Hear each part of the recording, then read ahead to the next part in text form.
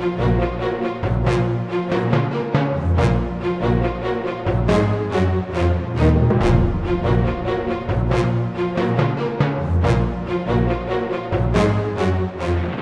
of us are, I think, familiar with the film of Japanese kamikazes crashing their planes into United States and British ships off Okinawa in 1945.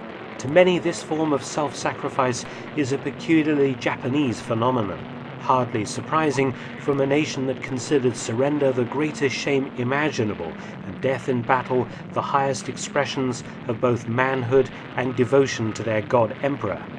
Surely no other nation practiced such a barbaric tradition as the Japanese kamikaze. Well, in point of fact, there was one other nation that did: Nazi Germany.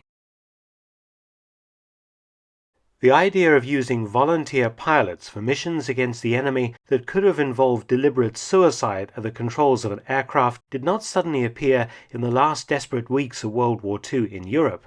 Rather, such total missions, as the Germans termed them, had first been proposed long before D-Day and the Allied landings in France in summer 1944. The idea was first floated in February 1944 by two officers.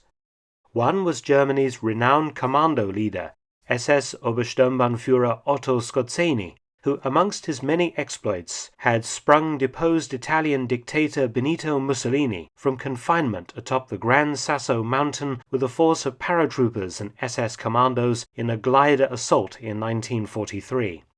Skorzeny made the suggestion to create a suicide squadron, the same time as Oberst Hajo Hermann, a top Luftwaffe officer, who was Inspector General of Night Fighters at the time and holder of the Knight's Cross and Oak Leaves. Hermann advocated ramming enemy bombers. It appears that the notion of a suicide unit of volunteers was to tap into some of the fanaticism among some Luftwaffe aircrew, harking back to the kind of German mythology much idolized by Nazi propagandists. Such pilots would make the ultimate sacrifice for their country and their Führer by helping to offset the numerical imbalance the Luftwaffe increasingly faced in trying to prevent American and British bomber streams from attacking Germany. Incredibly, young men were willing to volunteer for such a unit. Perhaps even more incredibly, it was a woman that persuaded a reluctant Hitler to allow Skorzeny and Hermann's mad idea to become reality. Hanna Reitsch was Germany's top test pilot, a fearless aviatrix much admired by Hitler and a devout Nazi. She was one of only 3 women to be awarded the Iron Cross First Class, and the only one to receive the Pilot Observer Badge in gold with diamonds.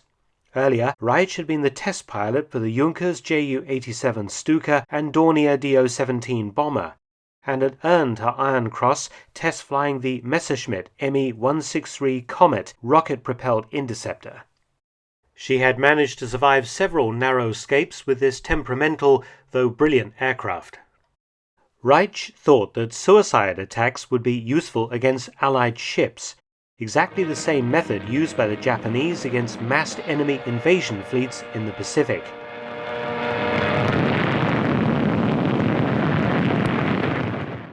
Casting around for a suitable aircraft, Reitsch suggested the Messerschmitt Me-328. Originally conceived as a cheap escort fighter, the 328 was designed to be towed to altitude, then released, and using 2 pulse jets from a V-1 rocket dive into the American bomber streams. But the pulse jets didn't function well at medium to high altitudes due to lower air pressure. Reitsch had personally flown the glider version, which, with a 900-kilogram or 2,000-pound bomb slung beneath the fuselage, could dive silently down to crash onto Allied ships. In total, 9 Messerschmitt 328s were built, but none ever saw action. Reichsfuhrer SS Heinrich Himmler approved of Reitsch's plan. But the Luftwaffe High Command was naturally wary of such a venture, and even Hermann Göring showed little interest in the project. But on the 28th of February 1944, Hanna Reitsch presented the Operation Suicide plan to Hitler at his private house, the Berghof in southern Bavaria. Hitler didn't think the military situation was yet bad enough to warrant such an extreme measure, but Reitsch won Hitler's approval, and the Führer ordered the project given to General Günther Korten, chief of the Luftwaffe General Staff. The unit received the nickname the Leonidas Squadron after King Leonidas I of Sparta, who in 480 BC, with just 300 men, had stubbornly held Thermopylae Pass in Greece against a 100,000-man Persian army, fighting to the last man. The unit was part of Kampfgeschwader 200 for administrative purposes, KG 200 being a special squadron used to test enemy aircraft, drop secret agents, and various other nefarious activities. 70 volunteers were gathered together.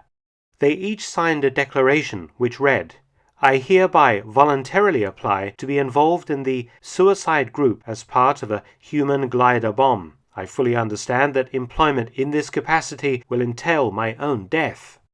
At this point, the Messerschmitt 328 project was dropped in favor of a modified V-1 flying bomb called the Fieseler Fi-103R, the R standing for Reichenberg, the name of the capital of the former Czech territory of the Sudetenland, seized by Germany in 1938. The standard V-1, which was of course a pilotless robot bomb, as the British called them, was augmented by the addition of a small enclosed cockpit with an armoured front panel. The wings had hardened edges to slice through the cables of defensive barrage balloons. The launching method involved two Reichenbergs carried aloft by a Heinkel He-111 bomber and released near the target. The pilots would aim their aircraft at the target, then, somewhat optimistically, bail out at the last moment. It has been calculated that because of the cockpit's proximity to the pulse jet's intake, the chances of successfully exiting the aircraft was less than 1%. Some manned training flights were made using unpowered glider versions of the Reichenberg. The first test launch of a manned and powered Reichenberg was made at Rechlin in September 1944. The plane was released from a Heinkel 111 but crashed when the pilot accidentally released his cockpit canopy. Hanno Reitsch made several subsequent test flights, surviving several crash landings, but the Kampfgeschwader 200 commander, Lieutenant Colonel Werner Baumbach, was dead against the aircraft. In October 1944, he managed to shelve the Reichenberg project in favor of the Mistel project, even though 175 units had been manufactured. Mistel, the German for mistletoe, was not a suicide weapon. Rather, the Mistel was the larger unmanned component of a composite aircraft configuration. It consisted of a small, piloted control aircraft mounted above a large drone packed with explosives. The most successful combination was the Focke-Wulf FW-190 control aircraft mounted on top of a pilotless Junkers Ju-88 bomber.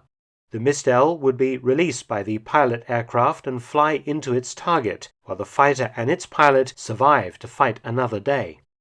Mistels were used in action on the Eastern Front in 1945, and a few on the Western Front as well, but had minimal impact on the Soviet or American advances, and were in fact easy prey for Allied fighters.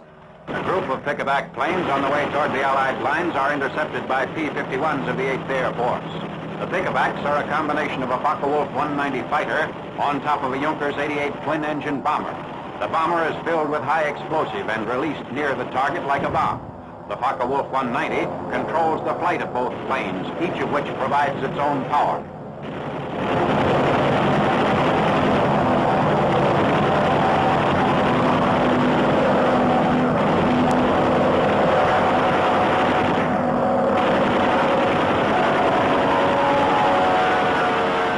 The Mistel program had no use for the Leonidas Squadron's suicide pilots, but it seems that the unit did eventually see action at the very end of the war, during the early stages of the Battle of Berlin. The Leonidas Squadron was based at Jüterbog and was ordered to knock down bridges over the Oder River, which had been captured by the Red Army. Between the 17th and the 20th of April 1945, 35 one-way sorties were flown by Leonidas Squadron pilots. No special aircraft were used, rather any available fighters. Mostly Messerschmitt Bf-109s and FW-190s were pressed into service. The Luftwaffe claimed that 17 bridges were destroyed in this manner, but this is likely an exaggeration. The railway bridge at Kustrin was the only one definitely knocked down by suicide aircraft. 35 German pilots died during these operations, causing some disruption to the Red Army, but by the 20th of April, Soviet ground forces were approaching Jüterbog airfield and the Leonidas Squadron ended operations. You may recall that I mentioned one of the architects of the German suicide program, Colonel Hayo Hermann, had suggested ramming American bombers. His idea was eventually to produce another Luftwaffe unit that can be termed a semi-suicide operation, Sonderkommando Elbe, but more on that in another episode. Thanks for watching. Please subscribe and share, and also hit the bell icon. You can also help to support my channel at PayPal and Patreon. Details in the description box below.